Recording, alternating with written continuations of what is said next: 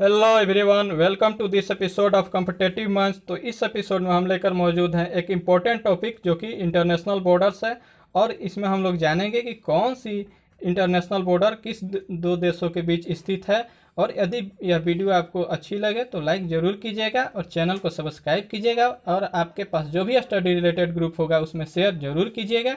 तो चलिए हम शुरू करते हैं। आप हमारे प्रीवियस वीडियो को भी देख सकते हैं, लिंक डिस्क्रिप्शन बॉक्स में दिया हुआ है। तो चलिए स्टार्ट करते हैं। तो पहला क्वेश्चन है हमारा 17वीं समानांतर रेखा, और ये रेखा मौजूद है उत्तरी वियतनाम एवं दक्षिणी वियतनाम के बीच। इसके बाद में हमारा नेक्स्ट क्वेश्चन है 24वीं समानांतर रेखा, और ये मौजूद है इंडिया और पाकिस्तान के बीच।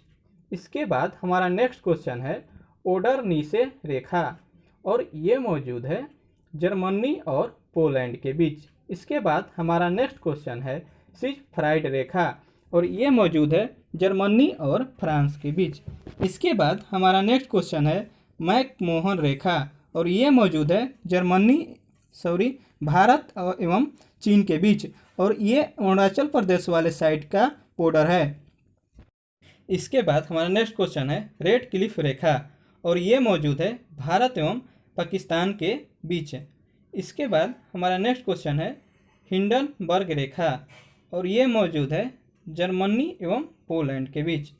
इसके बाद हमारा नेक्स्ट क्वेश्चन है 38वीं समानांतर रेखा, और ये मौजूद है उत्तरी कोरिया और दक्षिणी कोरिया के बीच। इसके बाद हमारा नेक्स्ट क्वेश्चन है मैगीनोट रेखा, और ये मौजूद है जर्मनी एवं फ्रांस के बीच। तो मैगीनोट रेखा मौजूद है जर्मनी एवं फ्रांस के बीच। इसके बाद हमारा नेक्स्ट क्वेश्चन है 49वीं समानांतर रेखा, और 49वीं समानांतर रेखा जो है यह मौजूद है यूएसए एवं कनाडा के बीच। इसके बाद हमारा नेक्स्ट क्वेश्चन है मेन रहीम रेखा, और मेन रहीम रेखा जो है ये मौजूद है रूस एवं फिनलैंड के बीच। इसके बाद हमारा लास्ट क्वेश्चन है ड्यूरंड रेखा, और ये मौजूद है पाकिस्तान एवं अफगानिस्तान के बीच, जबकि यह 1947 से पहले भारत और अफगानिस्तान के बीच मौजूद था, लेकिन 1947 के बाद यह पाकिस्तान एवं अफगानिस्तान के बीच मौजूद है। तो इस तरह से हमारा वीडियो समाप्त होता है।